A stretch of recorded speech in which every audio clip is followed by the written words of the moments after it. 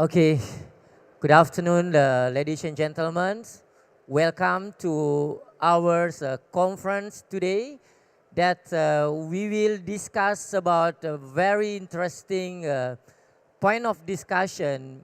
After this is the fourth day, we are in the conference of the Hannover Messe, and Indonesia as a country partner talk a lot about the investing on the industry and also discuss about the readiness of the technology that can apply and adopt in Indonesia. And now, today, with all the stakeholders and the best speaker that what we have today, we will discuss about the one of the key point on the digital transformation, which is talk about the readiness of the people and the talent. So we will discuss about the investing human capital for industrial competitiveness. So for that, I would like to invite our speakers, Pak Muhammad Rudi Salahuddin, to go to the stage with us. And we invite Ibu Kiki Yulianti and also Mr. Luke Leveren.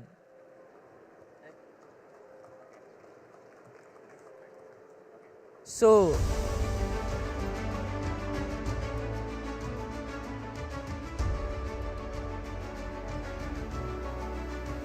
okay. So today with us, we have already Pak Muhammad Rudi Salahuddin. Pak Muhammad Rudi Salahuddin is the Deputy Minister for Digital Economy, Manpower, and MSMEs, Coordinating Ministry for Economic Affairs. So today, Pak Muhammad Rudi Salahuddin will share with us about his talk on what we should prepare and what we need to be aware about the readiness of the technology. We talk about the TVET and how is a concern of Indonesia on investing human capital for industrial competitiveness. So for the further time, Pak, I would like to give the time for you to explain and share your talk. Thank you, Pak. Thank you, Pak Fadli. Pak Fadli for the introduction and a very good afternoon to all of you. My name is Rudi Salahuddin that I already introduced with Pak Fadli before. So I would like to present about the TVET policy and regulations and also the implementation in Indonesia. First, I would like to give you some glimpse about the labor force situation in Indonesia. So we have 143 million people in the labor force situation right now in Indonesia. So from that amount, from that number, it's 61%. From that number, I think we have 5 sectors as the highest labor absorption in Indonesia with a share to GDP. One of them is a manufacture. So from the manufacture itself, 60% is under the subsectors of the industry 4.0. So because of the importance of the priority sectors, so we have to prepare all the human resource in that areas. So, but the challenge is we are lack of the engineering and also the math and science backgrounds in Indonesia. So that's our biggest challenge to jump for to have make a leapfrog for the how to prepare or how to fulfill the number of amounts in priority subsectors. So right now, Indonesia is in the advantages of the demographic dividends potential. So we have to be as a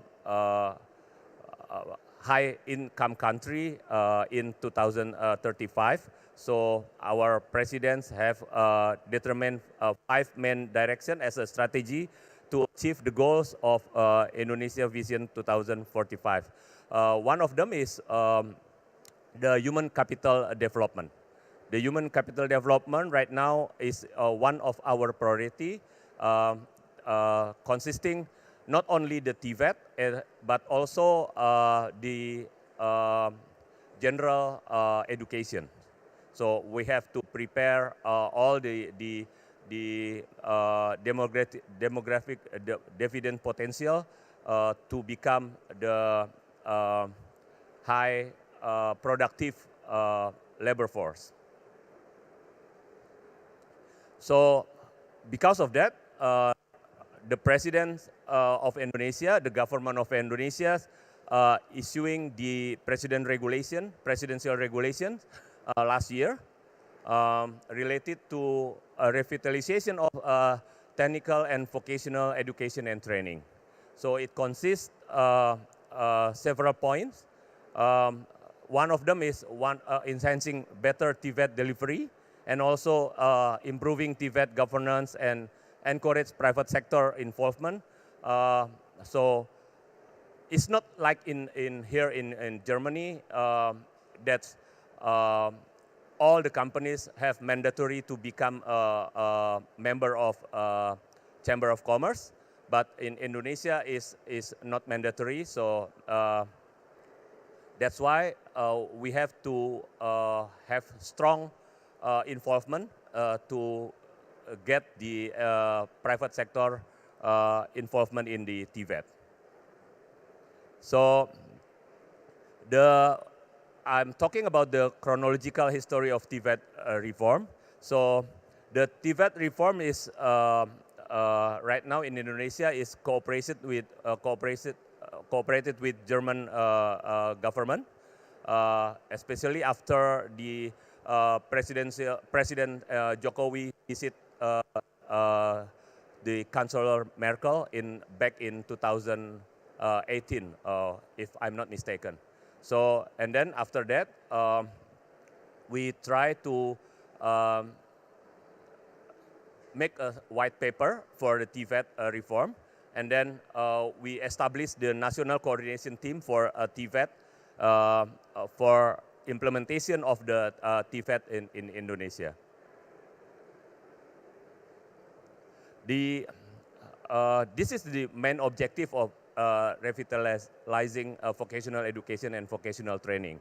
So one of Indonesia can quickly respond to the industry current and future needs for a skilled workforce, prepare a productive, competent, and competitive workforce. So right now we establishing the coordination level with not only from the government but also from the industry and also from the academic background. So and then the second one to coordinate all the TVET management institutions to synergize in achieving vocational education and vocational training according to industry needs efficiently and systematically.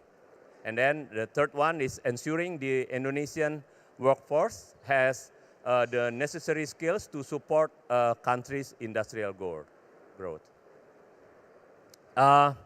This is our collaboration right now for the human capital development. One of them is from GIZ, Germany, with more focus on the TVET sector. And then the other one is from the World Bank. They help us to assist us to make some labor market information system, and also the critical occupancy list for Indonesia 2030. And then from the ASEAN Development Bank, also they help us for industry-led learning network for upskilling training assistance for new job seekers. And also from ILO, IHK Trier is also strongly support us for especially for the in-company trainer with the international standard or German standard for TVET. And also from Prospera, this is the Australian aid for tracer studies for polytechnic graduate, and also the future skills and gender perspective in TVET. So we have two tracks. One of the long term, how to we revitalization of the TVET, and also one of the shortcut one. The shortcut one we are doing through the program Kartu Prakerja or pre-employment card.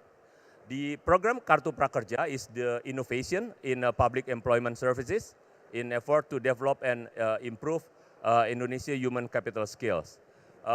It's launched in 2020, and right now we already have 16.4 million alumni nationwide.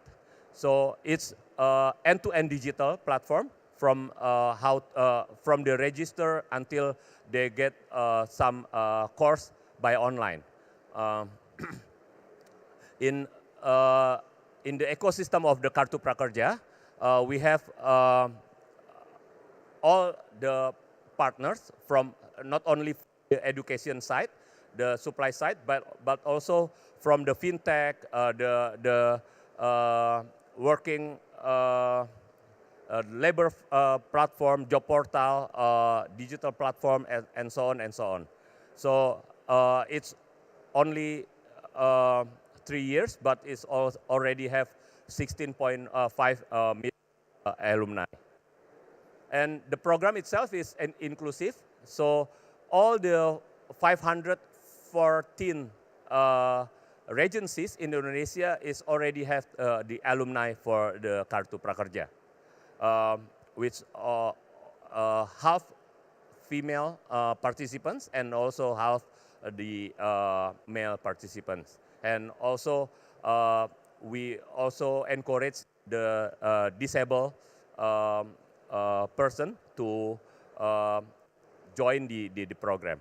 The program is consists 161 training subject with the 56 training providers. So it's huge ecosystem right now, but we manage that since 2020, and then hope that we can go through for the next years. Okay, that's all for me as the introduction and as some background about the TVET in Indonesia, not only for the long-term approach, but also from the short-term approach through the Kartu Prakerja. Thank you. Thank you very much, Pak Rudy. Give applause to Pak Rudy. Thanks a lot. So, ladies and gentlemen, we can see Pak Rudy is clearly giving the message that how is the existing condition on the deployment of the human capital in Indonesia with the government program, and also several the short-term and long-term activity that we are really open to collaborate with all the stakeholders to support the human capital development in Indonesia. So the next, I will give the time for Ibu Dr. Insinyur Kiki Yuliati MSc. So if I can read a bit, Bu, your profile. Bu Kiki today is our Director General of the Vocational Education that was born in Bandung and start her career at Sriwijaya University as a lecturer.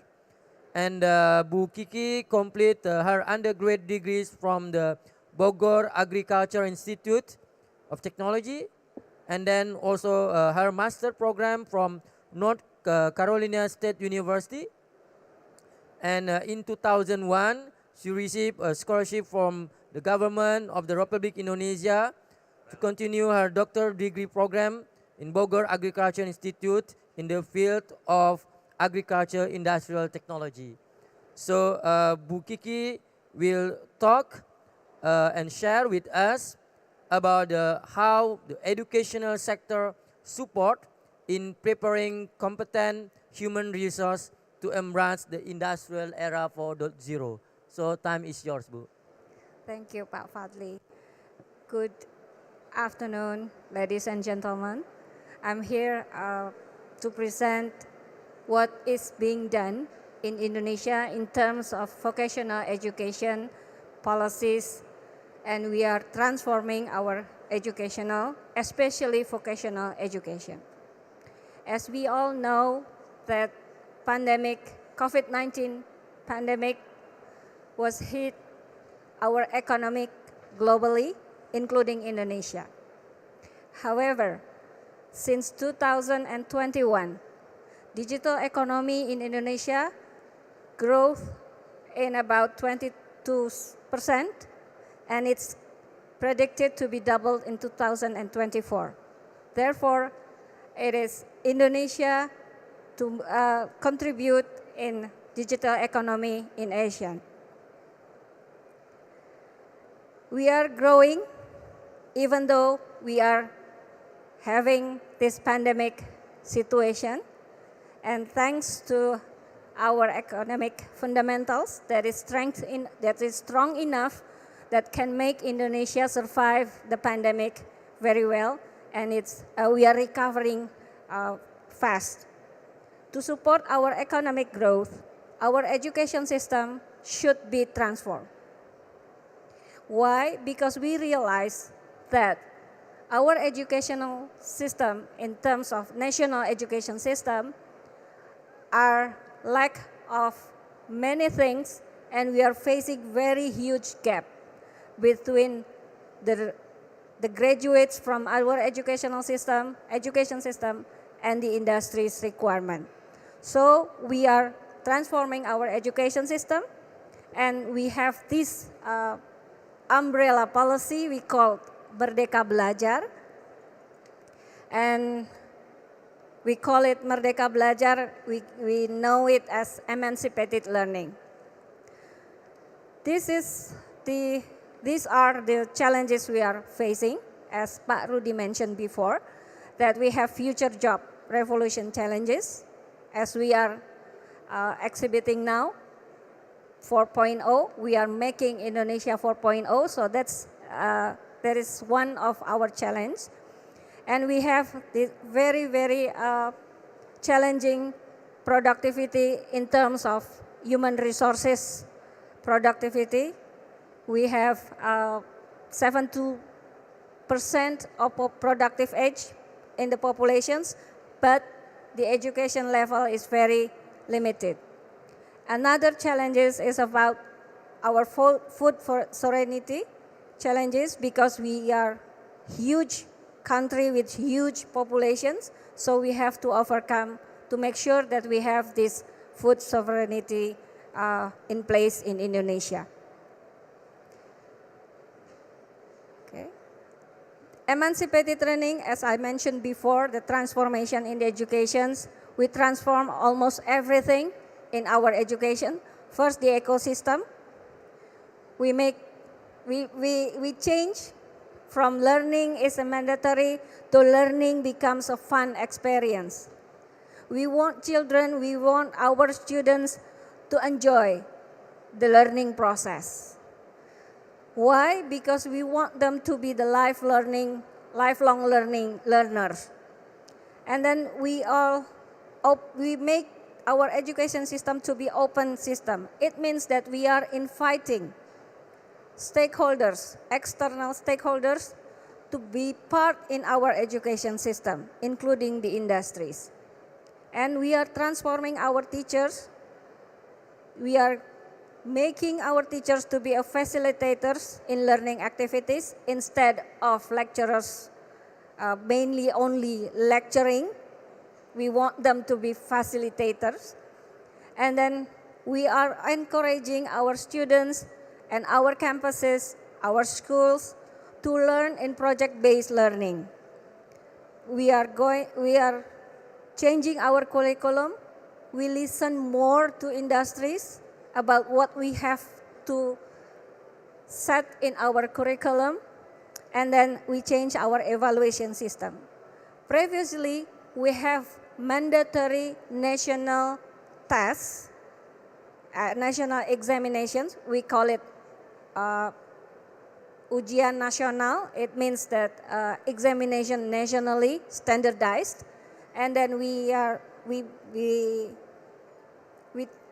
stopped doing that, and then now we are doing the exam, the formative, supportive system in assessment to make sure that the examination is used to improve the learning process, to improve the curriculum, and to improve the strategy of learning. The transformation in learning ecosystem. We are doing it with the SMK Center of Excellence. SMK is senior high school in vocational areas, and we are developing Center of Excellence in SMKs. We have 1,400 SMKs, Center of Excellence, covering about 28% of our students. We have about 5 million students in senior schools, in vocational senior schools, and we are covering 28% of them in Center of Excellence SMKs. We are successful to ask about $294,000 investment from industries, and we are also inviting 349 industries to collaborate with these 1,400 SMKs. We transform our learning in vocational high schools to improve alignment with the world of job-related and industries, and we improve the strategy and the learning process by inviting the industries to collaborate with our SMKs directly.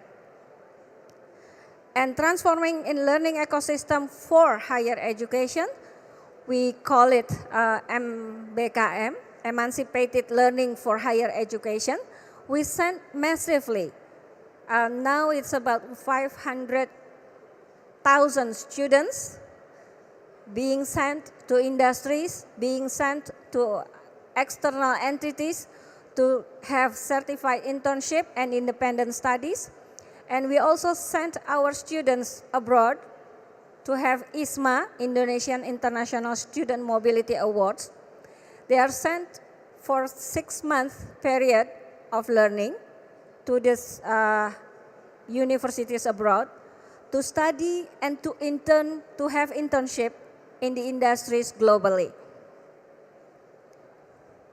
And the transformation in research ecosystem with industries, this perhaps will be interesting for the industrial entities, because we match every dollar invested by the industry who are going to do research in collaboration with our campuses.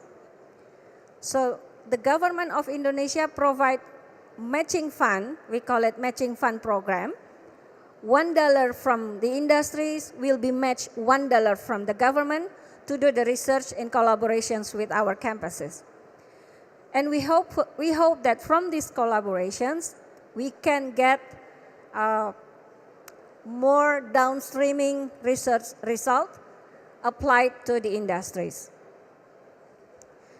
And we are critical roles in TVET, as Pak Rudi mentioned, the transformation in vocational education even more significant because there is a commitment from our president. He made this revitalization, the presidential regulations for revitalization of vocational education and training.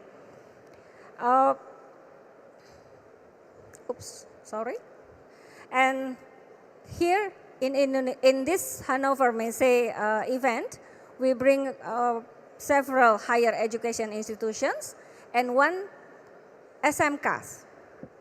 that SMK is presenting their skill in animation, and they also have a fashion design program. The fashion design program, students from fashion design program has sent their product to Europe. They sell the product, and one of them, I'm wearing one of them, their design.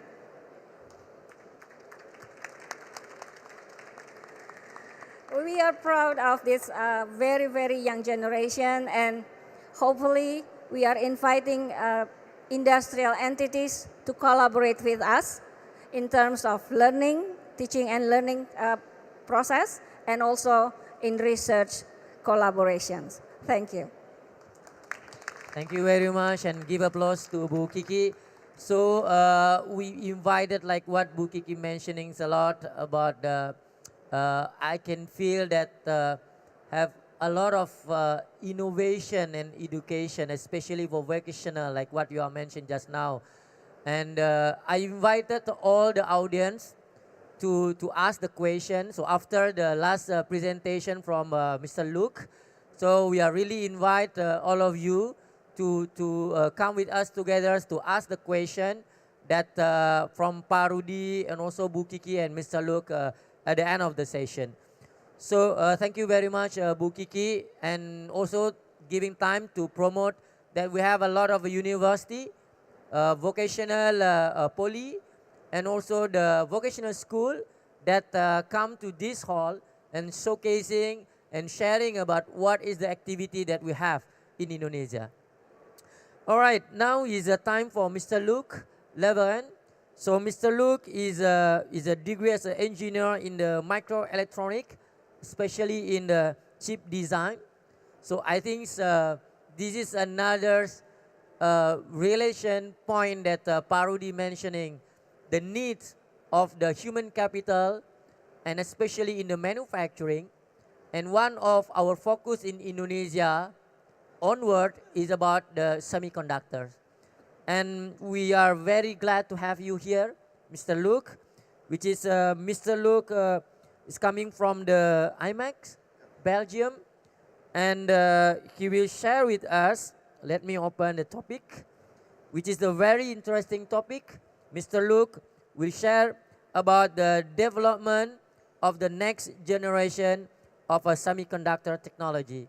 So this is something that really relevant with us, and as a country we are want to focus more on that.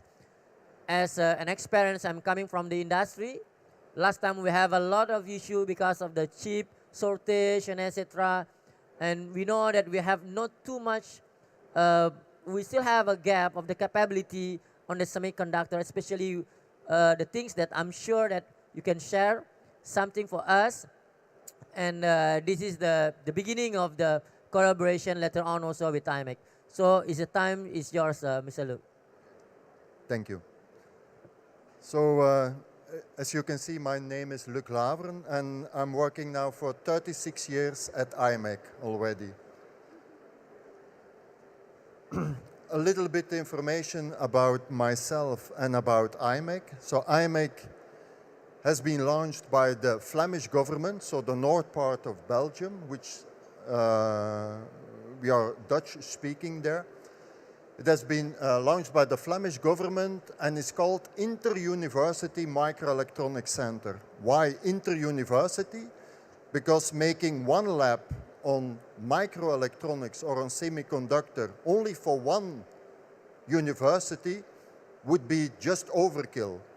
So here is a collaboration started at that time, almost 40 years ago, for the 5 universities of Flanders at that time. So that is one point to remind, because later on in my speech I will tell you what I think is the best way to go forward for Indonesia as well. Today, at the time that I started in 1987, I was about 240 people over there. Today we are more than 5,000, and we have collaborations with other research centers, with universities. We have offices around the world already. And today, so more than 5,000 people, more than 95 nationalities are working there, including Indonesian people as well. We have a lot of square meters of clean room, meaning that we can do some tests and research really on the materials itself. We have about more than 800 PhDs in collaboration with 5 universities, more than 50 postdocs every year. And the grant from the government, in the beginning it was of course 100% because there was no income from other parts.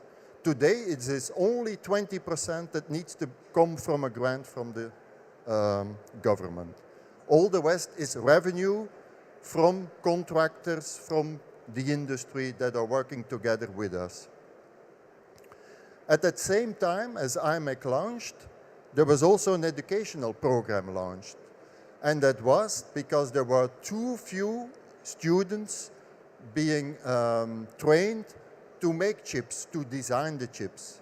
So that educational program was started for master students, industrial engineer it was called, in chip design. And 2 years later, after that introduction, 2 years later, I was one of the first batch coming out as an industrial engineer on chip design. This is our headquarters in Leuven, in Belgium. So there are several labs and foundry-equipped tooling is over there for different sections. We still have a 200 millimeter clean room. There we do the more than more technologies, meaning on CMOS technology, you can add high voltage parts, you can add non-volatile memory parts, and so on and so forth. That can be done over there. We have an RF and high power lab, so gallium nitride and so on is over there. Hyperspectral imaging, hyperspectral cameras for agriculture, for instance. We also, of course, have a 300 millimeter clean room where we have all the state-of-the-art tools to develop the next generation of chips and technologies. So today, 3 nanometer is in use already at TSMC, for instance, one of the biggest fabs in the world, or the biggest fab in the world. Today we are working on a couple of atoms on wide technologies, transistors, and so on. So now it is a few electrons that will say whether it's a 0 or a 1 in a digital state. We also have nerve labs, that is for neuroscience, materials and devices, and of course every chip needs to be tested or every wafer needs to be tested, so there's also test equipment. Apart from that, we also have biolabs, so we do also health tech developments. Today we are working on an ingestible pill that can detect diseases, so it's not only a pill that makes photographs of your intestine, but it is really that can monitor whether there is cancer available inside or not. So what are the application domains where we do some research on it? Smart health, like a health patch. Instead of having an ECG done at a hospital, you can just add a patch to it. That patch is giving the information to your cellular phone, and you can just submit the data to your doctor or to the hospital. That's one of the things. Smart mobility. We are working on the next generation of ADAS systems to be added to a car.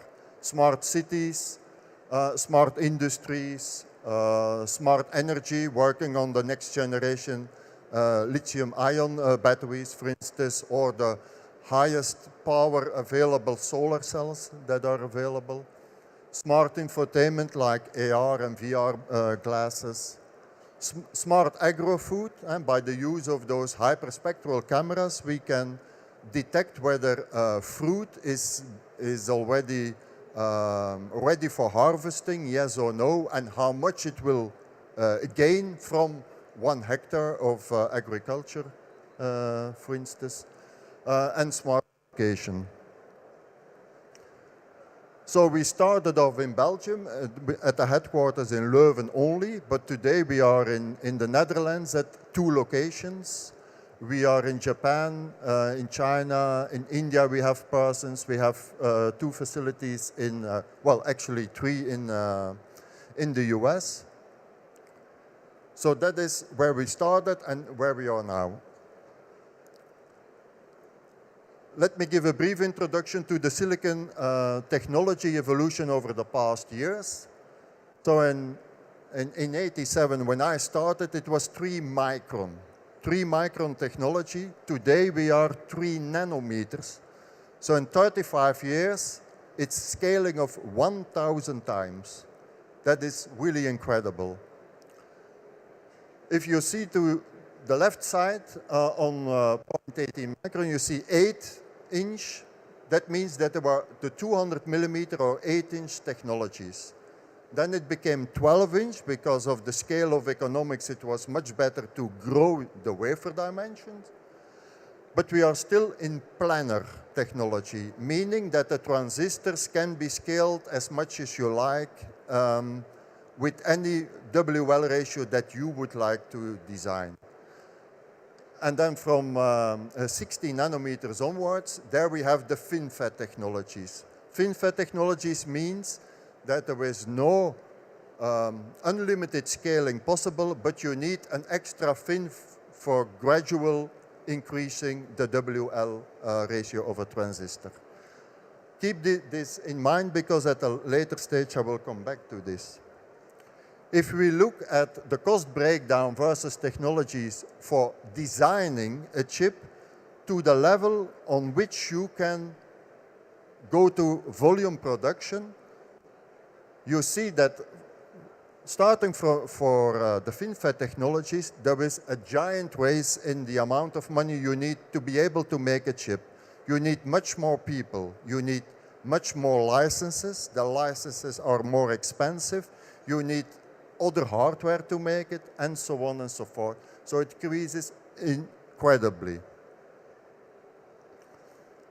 The introduction of Europractice in Europe, after we started in IMEC, they saw what we were doing over there, and then there was a European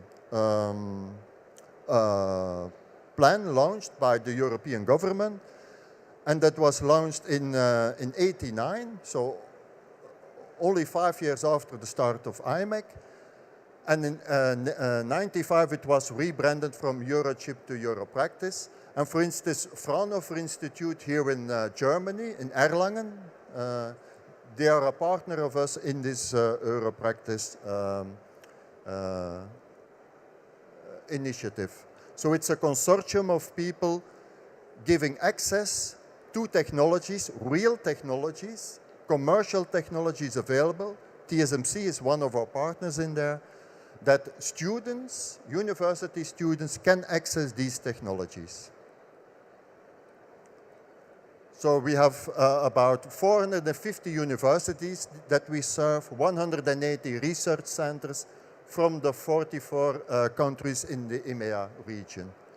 We also have universities from the US, from Taiwan, from South Africa, from Brazil, everywhere as well, but they cannot benefit from the deduction because the government, the European government gives some money.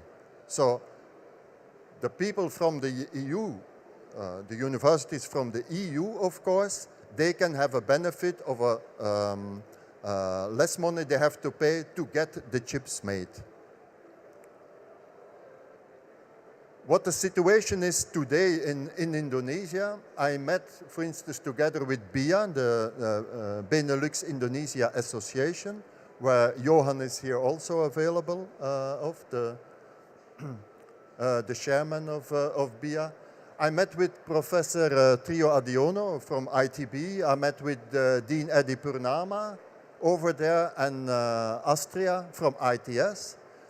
And they were using today, it's an initiative from Google, and it's called Build Custom Silicon with Google.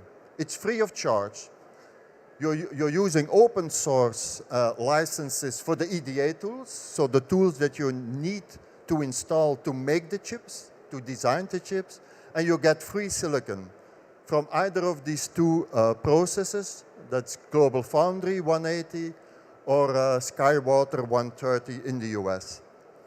There's one big issue, of course. Open source means that also your design needs to be open source. You give actually your idea away to the public, meaning there is no path to commercialization, and there is no path to advanced technologies, because they will not give you access to 28 nanometers, these guys. So that's a big issue. So our proposal is focus on 12-inch technologies. The other technologies that I just showed were what I would call older technologies. And so if you focus on 12-inch technologies, you are much more ahead of the rest of the world. This can be done by, for instance, a consortium together with the University of Leuven. The University of Leuven already has done designs 28 nanometers, 16 nanometers, so the more advanced technologies, they have knowledge about it. They also use EDA tools, commercial EDA tools. Cadence is one of them, Siemens Mentor is one of them, Synopsys is one of them. We would propose to give train-the-trainer courses here in Indonesia to a bunch of universities which have a curriculum on semiconductor or wants to start with a semiconductor curriculum. Technology information courses. What is the difference between designing in 180 nanometers versus designing in 22 nanometers? We can send fresh students from Indonesia to Belgium, for instance, to the KU Leuven. The only problem there is that only after 5 years they are graduated as a master student, and then only then come back. If we can do first train-the-trainer courses in Indonesia, here the professors in Indonesia will all have the knowledge then to do this design. PhD at IMEC can also be done. And why not start an initiative like Indo-Practice? That would be a copy of Euro-Practice, but only for the Indonesian universities. Of course, there needs to be some grant from the Indonesian government to start this program. So focus on this area, the planar technologies of 12 inch, and there a lot of chips can be made for that would serve applications ready for the Indonesian industry. For industrial customers, what we do is we have access to the technologies, like TSMC, for instance, and whether you can start everything from IC spec down to the design and implementation can then be done and handled by university or spin-offs from universities. Later on, what I would suggest is to invest in packaging design and packaging assembly, because there the costs of making new factories is much less than it would cost to start a complete fab in Indonesia. There we are talking about tens of billions of investment to be able to start there. And this is not the way to go for the first 5 to 10 years.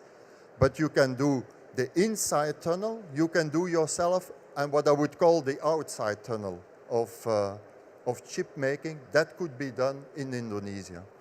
For instance, UTAC is a company doing packaging and test, which already have a factory in Indonesia. If you want to know more about us, we have an ITF World coming up next month on the 16th and the 17th of May. And that will be held in Antwerp. You have there the website. You can register there and come over, and we can talk there on initiatives that we could do. Thank you. Thank you very much. Give applause to Mr. Luke. Thanks a lot, Luke. You are mentioning a lot about the semiconductors situation and also how we need to prepare Yeah. the human capital readiness in the futures. And it's glad to hear also that you already discussed and have some engagement with the university in Indonesia, and you open to have some proposed that you are very clear mentioning just now on the collaboration. So thanks a lot, Mr. Luke. Again, I'm really invited all the audience. If you have any question for these three panelists here, to ask any question for them. But before the question from the audience, I would like to continue the same flowing topic, Pak Rudy. So just now is Luke mentioning a lot about the semiconductors point of view. So how does the Indonesian government respond on this point to the need for the human resource to develop the semiconductors industry in Indonesia, Pak Rudy? Yes, Pak Fadli. Jadi, sorry, I think the semiconductor and chips is the future of the world, also the future of Indonesia. So we think it's very important to prepare all the human resources to catch up with the technology itself. So that's why the government of Indonesia developed some digital capability centers. One of them is from the Ministry of Industry. It's called PD 4.0 in Jakarta. So they also prepare for the needs of the human resource in context to the chips and the semiconductor. And also we develop one digital capability centers in Batam Island. Is next to the Singapore Island. So they have all the technology things in Nongsa Digital Park, and they have also Apple Academy, the IBM Academy there. So we want to develop as well the semiconductor for in the future. So for the involvement of the private sectors, we also offers the incentive for the private sectors to do some, not only some research, but also some implementation or helping the government for the preparing the human resource development in TVET, in the vocational training and education. The incentive itself consists of 300% tax deductible for research, and then 200% tax deductible for helping us to preparing the vocational training and education. It can be making the apprenticeship or making the curriculum for the vocational training and education, and also factory, what is it, factory, teaching factory, helping us building the teaching factory, etc. So we work for that part because we know that's this one is important things for Indonesia in the future. Thank you very much, Pak Rudy. Yeah, I remember that we launched this the government rule PP 45 and PMK 128 for the resource, the human capability, and also for the research PP 45 PMK 152. So this is one of the serious focus program for the government to support the adoption of the technology and to support the industry for the research and development. and also for the human capital development. Thank you very much, Pak Rudi, for that message.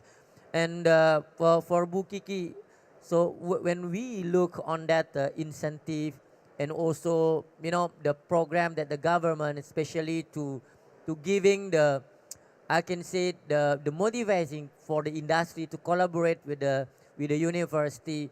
But one of the challenge always also about the behaviors of the student itself and the generation of the student itself.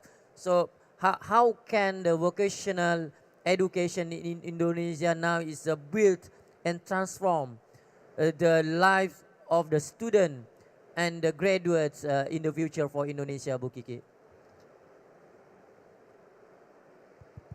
Thank you, Pak Fadli. And I'd like to add more information on what Pak Rudi just mentioned about the national strategies and policies on digital transformation, semiconductors.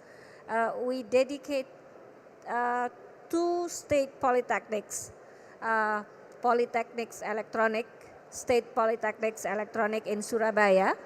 It's dedicated to do the education and research on electronics and so forth, high-tech technology, electronics technology. And another one is Polytechnic, State Polytechnics in Batam to support Nongsa,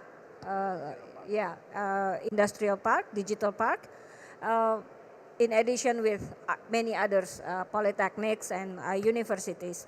So how can vocational education in Indonesia build and transform the lives of students and graduates? Firstly, we transform the system of the learning strategies in our schools and campuses to be student-centered learning, focus to make the studies and the learnings fun for the students. And also we support the students with many scholarships. And we also, of course, with the support of our industries, they also provide scholarship for internships and also for many other teaching factories in many high schools and many campuses built by the industries to to do the learning process in our students. And we also implement 3 values in our vocational education systems. First value is educational value.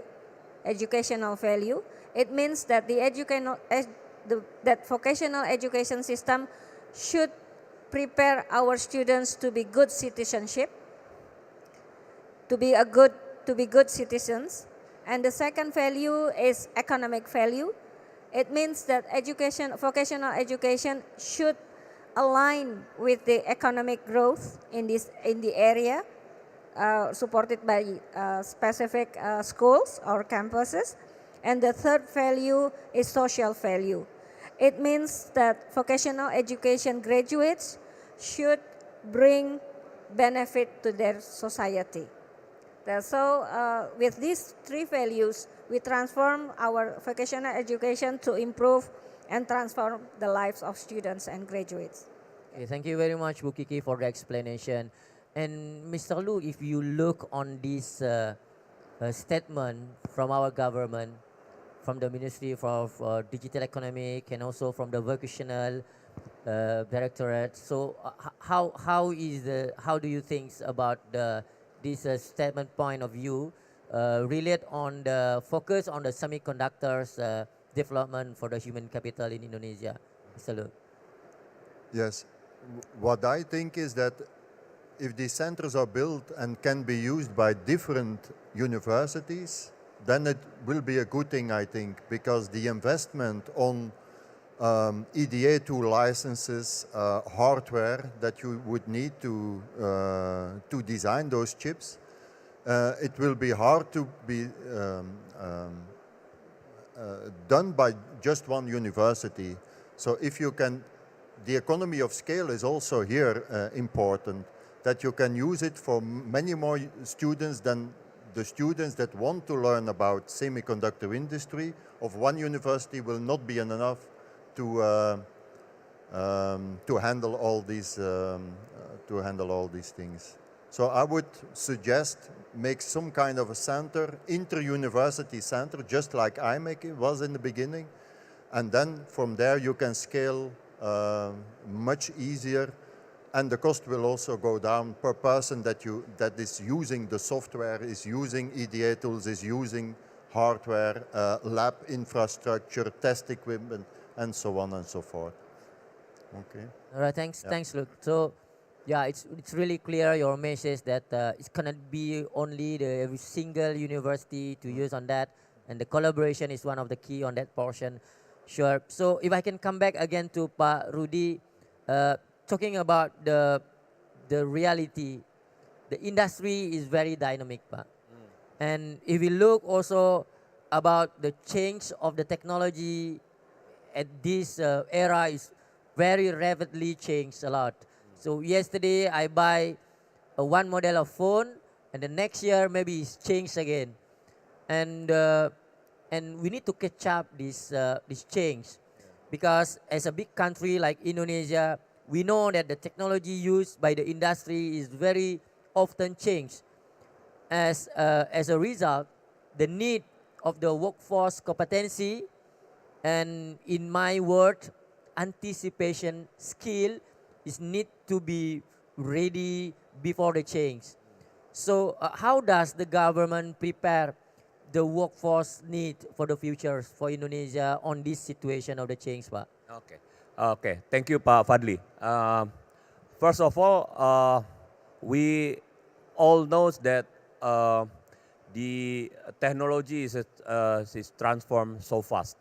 Um, um, so, but the human resource is not accompanied by the human resource, the preparing of the human resource, and preparing the human resource is not the instant implementation. So I think uh, there's the mismatch there in that situation. So the governments in Indonesia preparing with the labor market information system. Right now, we are developing the labor market information system under the Ministry of Manpower. So we know what's the critical jobs that we need to fulfill for the next 10 or 15 years ahead. And then we also, with assisting from the World Bank, we also have the critical occupancy list that I already mentioned before. So we know all the what kind of jobs that we need for the next 10 years. So that's why we are preparing one by one for in the critical occupancy list. It consists of, if I'm not mistaken, around 30 jobs that we are now have to prepare. The Indonesian government to have to prepare to catch up the technology for the future. Thanks a lot, Pak Rudy. It's really clear that we in Indonesia is prepared on that, and you are mentioning about 30 new job will be required a lot in Indonesia, and I think this kind of event is one of the way that we can meet all the stakeholders like IMEC, and we can look on the preparation on that kind of the anticipation skill. So any question from the floor? Yes. Yeah, one question from this side. Somebody can help for the microphone. Thank you. Ya, silakan Pak. Selamat siang Pak. Good afternoon. Thank you.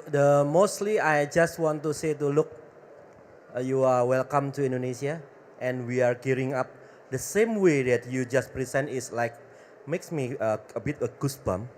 So I'm Jujianto from Polytron.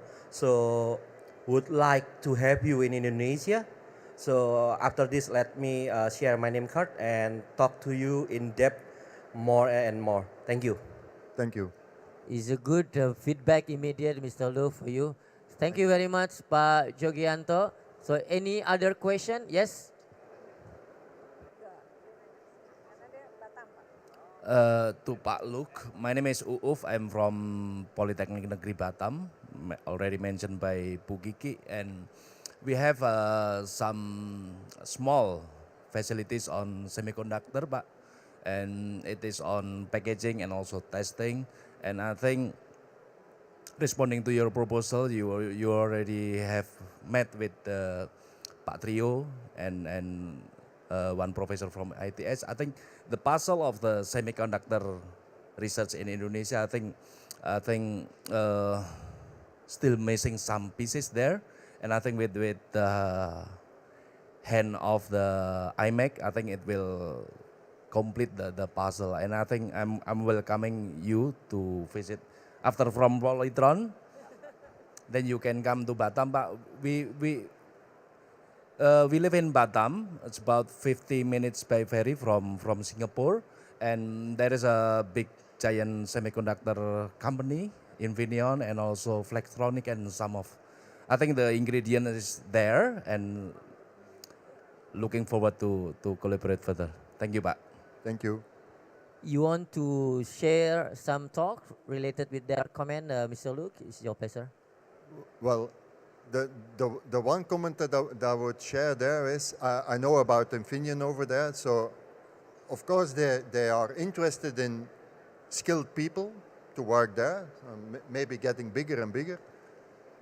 The drawback can also be probably that they only want skilled people to work there, if you know what I mean. Do they want people that would design their own chip, their own IP, developing their own company and selling and being a competitor? That is something else, of course. That is why I would focus on leave wafer manufacturing what it is today. It's South Korea, it's Taiwan, it's a little bit US, it's a little bit Europe, a little bit Malaysia, and then you have it, more or less. The thing is, because if you want to invest in such a thing, in a wafer fabric, yeah, what kind of technology are you going to offer there? Is TSMC willing to invest in Indonesia? Is Samsung I doubt it. At this moment, I doubt it. But if you can do the tunnel before wafer manufacturing, which is design, that you can do. The investments are much less. If you can do packaging and test after wafer manufacturing, also there the investments, although quite substantial, but they are still less than making a 15 or $50 billion wafer fab, of course. So that is why we propose first the tunnel on the inside, the design itself. Later on, you can take over from wafer to packaging, dicing, packaging, testing. And then you have already a big industry if you leave out the wafer manufacturing itself. Because a lot of US companies, Apple is not making chips in the US. They are all in Taiwan and in TSMC. So, and they are one of the biggest companies in the world today. So it doesn't mean that you cannot be big in semiconductor industry if you are not having the wafer fab. That is what I wanted to say. And there in Indonesia, I have met those people. Those people are very enthusiastic. They have the know-how. They have PhDs from either Taiwanese universities, European universities, US universities. They have the skills. They have the know-how. They just don't have the money to just make a prototype in TSMC 28 nanometers. Although it is, what is it, $20,000 to $40,000. In chip industry, it's not a lot of money. But for Indonesian universities, it's a giant amount today. And if funding is prepared for that, then I think it's a kickoff and we can make a very nice industry in Indonesia. Yeah, thanks, Pak. Look, yeah, it's correctly. I'm really highlighted when you are mentioning about the number of people that needed and also about the license needed. I think that's also one of the highlighted point that you are mentioning. Normally, is if we have this, if we become part of the ecosystem, then we have more license in Indonesia. Then this is part of the needs from the industry. I think that's the point that it's really interesting also, not only to train the people, but to get the authorization for the license for that. I think that's the good point, Pak. Okay, any other question? Yes. Okay, before I go for my question, yes. Thank you. Thank you. My name is Rogelio from Mexico. My question is, how do you see your position in terms of labor force, in terms of attraction of investment for Indonesia? Talking about your position about the war. What is that? Sorry. I don't know if it is clear or not. Your position in terms of labor force with the competence in the war, labor force and attraction of investment. The advantages that Indonesia offers to the new investors. Bu Kiki dan Pak Rudi, silakan. Ibu dulu, silakan. Thank you for the question. Our strategy is to prepare our human resources in such a way that is aligned and relevant to our investors. So we work closely, Ministry of Education, work closely with Ministry in economic sectors and industrial, Ministry of Industry, Ministry of Trade and Ministry of Labor Force. We work closely and then we make the plan and then we set up the system, the educational schools and campuses to match the requirement of the industries, and also we respond we respond promptly to the need to the investors. Let's say one investors in Morowali, right? It's a smelter industries, mining. Big company from China. They ask about thousands of human resources, and as they build the industry, we prepare our schools and campuses to prepare our human resources. That's one of our strategy. As the industry build their factories, their plants, we prepare our human resources. Yeah, accordingly. Yeah. All right. Thank you, Bu Kiki, for the answers. Is there any question? Yes. Thank you, Pak Fadli. So my name is Yoko from Ministry of Industry. My question will be especially for Pak Deputy and Ibu Director General.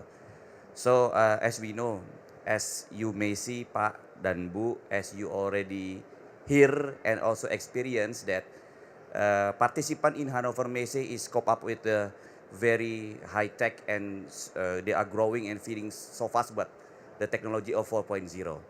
And I'm sure and I do believe that the participant of industry in this event from Indonesia as well will also speed up to keep up with the technology.